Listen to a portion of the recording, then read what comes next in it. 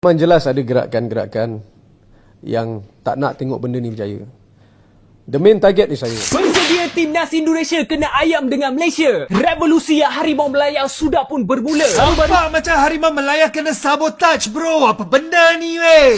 Harimau Melaya di ban FIFA. Ini semua fake news guys yang dibawa dari website Indonesia. Kecoh satu penuh ada Vietnam. Semua ni start sebab website Indonesia Disway.it tiba-tiba klaim Malaysia kena hukum FIFA sebab ambil pemain warisan yang konon-kononnya melanggar rules. Lepas tu media Vietnam pun ikut share benda sama. Padahal kopi dari geng Konoha tu je terus jadi viral. Semakin lucu, Malaysia menuding Indonesia sebagai dalang di balik sanksi FIFA.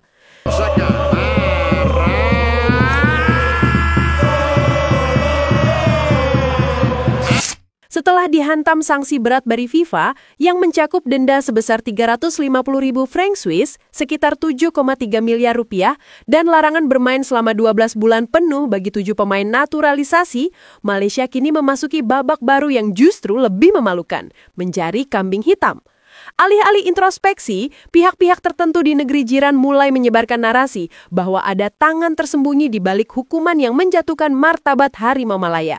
Bahkan tak sedikit yang secara implisit dan kadang eksplisit menuding Indonesia sebagai dalang di balik skandal ini. Tuduhan itu meski tidak didukung bukti konkret, cepat menyebar seperti api di rumput kering, terutama di ruang-ruang media sosial yang memang kerap memanas setiap kali rivalitas Garuda dan Harimau Malaya disinggung.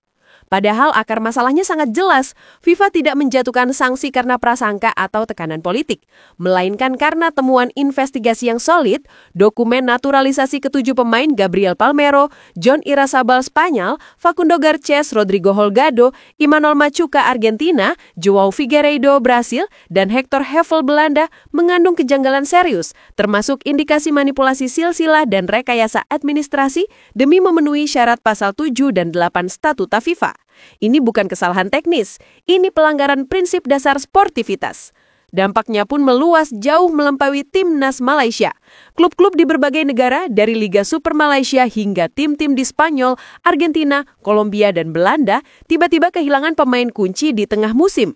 Kontrak yang telah ditandatangani, strategi tim yang disusun berbulan-bulan, bahkan harapan supporter kini buyar dalam sekejap. Ini bukan hanya kegagalan federasi, tapi bencana sistemik yang merugikan seluruh ekosistem sepak bola yang terlibat.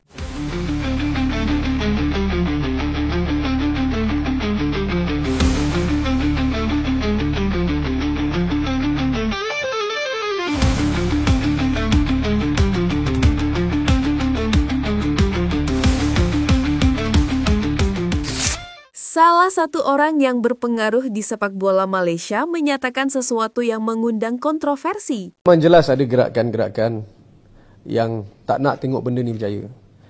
The main target ni saya. Jadi, untuk attack saya directly tak boleh.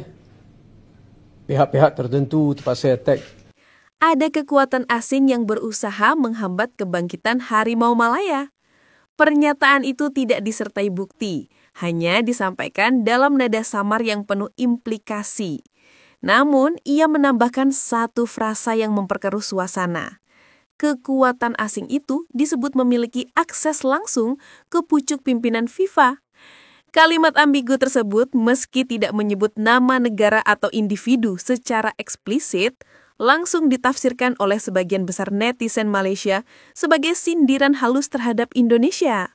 Apalagi tak lama setelah pernyataan itu beredar, sebuah foto lama kembali viral di media sosial. Memperlihatkan Erick Thohir, Ketua Umum PSSI, sekaligus Menteri Pemuda dan Olahraga Republik Indonesia, berdiri berdampingan dengan Gianni Infantino. Bagi publik yang mudah terpancing emosi dan terbiasa melihat segala sesuatu melalui lensa rivalitas, foto itu seolah menjadi bukti visual tak terbantahkan.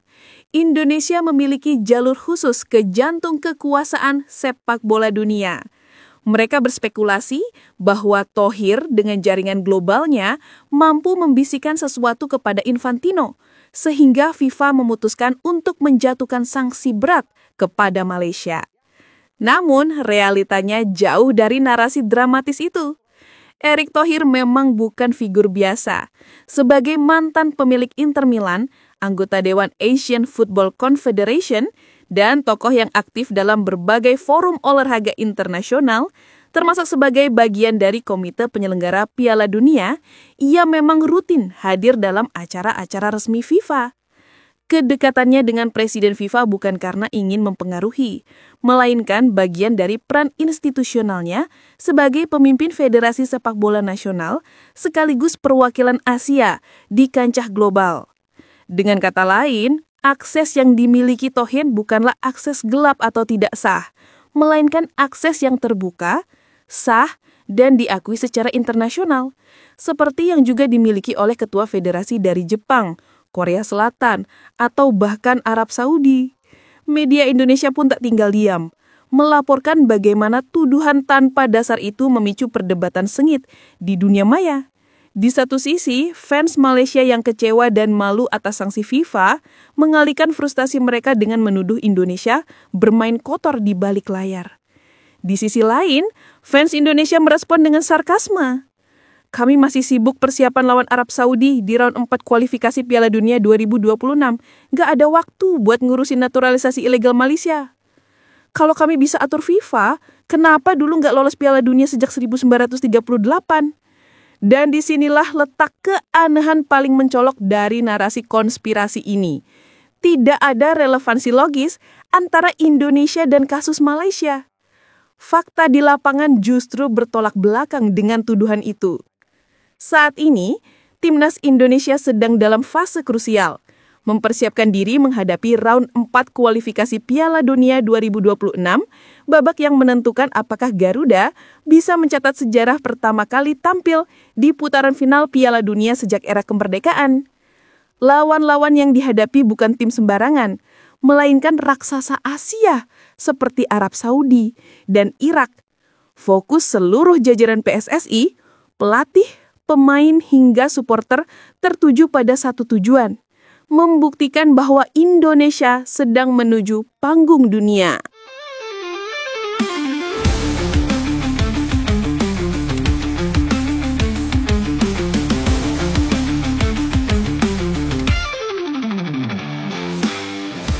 Tidak ada pertemuan resmi antara PSSI dan Federasi Sepak Bola Malaysia atau FAM dalam beberapa bulan terakhir.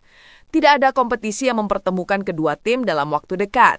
Di level senior, bahkan dalam jadwal resmi FIFA, Indonesia dan Malaysia tidak akan bertemu hingga 2025, jika pun terjadi. Sementara itu, Malaysia justru baru saja bertanding melawan Vietnam dalam kualifikasi Piala Asia 2027, bukan Indonesia. Dalam laga yang digelar di Kuala Lumpur itu, Harimau Malaya tampil gemilang dan menang telak 4-0 dengan kontribusi signifikan dari para pemain naturalisasi yang kini dilarang FIFA. Kemenangan itu sempat dianggap sebagai bukti keberhasilan strategi revolusi pemain ala FAM. Namun, kini kemenangan itu terancam dibatalkan sepenuhnya. Jika FIFA memutuskan bahwa para pemain tersebut tidak memenuhi syarat saat pertandingan berlangsung, maka hasil laga akan dianggap tidak sah dan Vietnam akan dinyatakan menang walkover dengan skor 3-0. Artinya, Malaysia tidak hanya kehilangan 3 poin berharga, tetapi juga kehilangan momentum psikologis menjelang laga-laga krusial berikutnya. Jika masalah utamanya adalah antara Malaysia dan Vietnam, mengapa Indonesia yang diseret-seret? Apa untungnya bagi Garuda jika Harimau Malaya terkena sanksi dalam laga yang bahkan tidak melibatkan mereka? Jawabannya tegas dan tak terbantahkan. Tidak ada. Sama sekali tidak ada keuntungan strategis, sportif, maupun politis bagi Indonesia. Tidak ada poin yang didapat, tidak ada lawan yang dieliminasi, tidak ada keuntungan dalam klasemen kualifikasi. Karena Indonesia dan Malaysia bahkan tidak berada dalam grup yang sama, apalagi bertanding dalam laga yang sama. Bagi Indonesia, fokusnya jelas, terukur, dan tak tergoyahkan. Membangun tim nasional yang solid, sah, dan berintegritas demi mengejar mimpi yang telah lama tertunda selama lebih dari 8 dekade, tampil di putaran final Piala Dunia. Setiap langkah diambil dengan pertimbangan matang. Proses naturalisasi misalnya tidak dilakukan secara gegabah atau instan. Ia melalui verifikasi silsilah, pemeriksaan dokumen oleh Kementerian Hukum dan HAM, persetujuan dari DPR, serta koordinasi ketat dengan FIFA agar memenuhi pasal 7 dan 8 statuta yang mensyaratkan ikatan darah atau ikatan budaya yang nyata.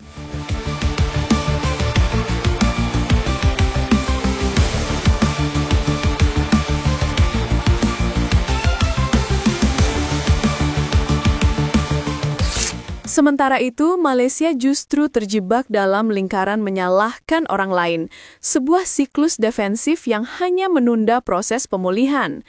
Tuduhan terhadap Indonesia bukan hanya tidak berdasar secara faktual, tapi juga mencerminkan krisis kedewasaan institusional, ketidakmampuan untuk menghadapi kegagalan internal dengan jujur. Seolah dengan menyeret nama rival, terutama rival histori seperti Indonesia, mereka bisa mengalihkan kemarahan publik dari kegagalan FEM dalam mengelola proses naturalisasi dengan transparan dan bertanggung jawab. Yang lebih menyedihkan adalah dampak jangka panjang dari narasi ini. Hubungan sepak bola antara dua negara serumpun yang seharusnya saling mendorong kemajuan, seperti yang terjadi antara Jepang dan Korea Selatan, atau bahkan antara Thailand dan Vietnam, kini justru tercemar oleh prasangka, emosi, dan spekulasi tanpa dasar.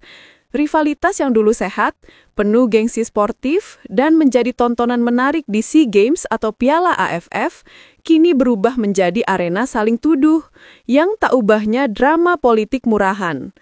Alih-alih bersatu memperkuat fondasi sepak bola ASEAN melalui pertukaran pelatih, kompetisi antar klub yang berkualitas, atau kolaborasi dalam pengembangan wasit dan infrastruktur, Malaysia malah memilih jalan yang memperdalam kecurigaan dan memperlemah solidaritas regional.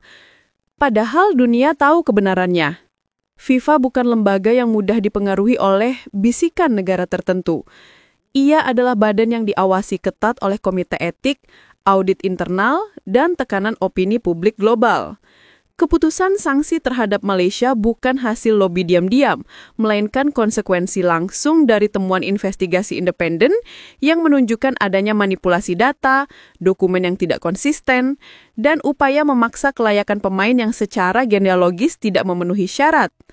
Dan semakin keras Malaysia menuding Indonesia melalui narasi samar di media sosial, komentar provokatif di forum olahraga, atau bahkan insinuasi di kalangan internal federasi, semakin jelas pula bahwa mereka belum siap menerima kenyataan pahit, bahwa kegagalan ini lahir dari dalam, bukan dari luar. Bahwa kesalahan bukan pada kekuatan asing, tapi pada keserakahan akan hasil instan tanpa fondasi yang kuat. Pada akhirnya, sejarah akan mencatat dua jalan berbeda yang diambil oleh dua negara tetangga dalam menghadapi tantangan yang sama. Indonesia memilih jalan integritas, meski lambat, penuh proses, dan kadang dikritik karena terlalu hati-hati. Namun, justru karena itulah langkahnya kokoh. Hari ini Garuda tidak hanya dipandang sebagai tim yang berkembang pesat, tapi juga sebagai contoh best practice dalam naturalisasi pemain di kawasan Asia. Bahkan AFC dan FIFA kerap menjadikan kasus Indonesia sebagai referensi dalam diskusi tentang talenta keturunan. Malaysia sebaliknya memilih jalan pintas, mengimpor pemain tanpa ikatan sejarah, memaksakan dokumen, dan berharap hasil cepat demi popularitas sesaat. Ketika jalan itu runtuh, seperti semua fondasi yang dibangun di atas pasir, mereka tidak belajar, mereka menyalahkan. Dalam sepak bola, seperti dalam kehidupan, tidak ada yang bisa menghindari konsekuensi dari tindakannya sendiri. Kemenangan yang dibangun di atas kebohongan akan runtuh. Prestasi yang lahir dari manipulasi tidak akan bertahan. Dan reputasi yang dijaga dengan integritas akan bersinar lebih terang dari sekedar kemenangan sementara. Tidak ada teori konspirasi yang cukup kuat untuk menutupi kebenaran yang sudah terang benderang. Karena pada akhirnya, bola selalu kembali ke tanah dan kebenaran selalu menemukan jalannya.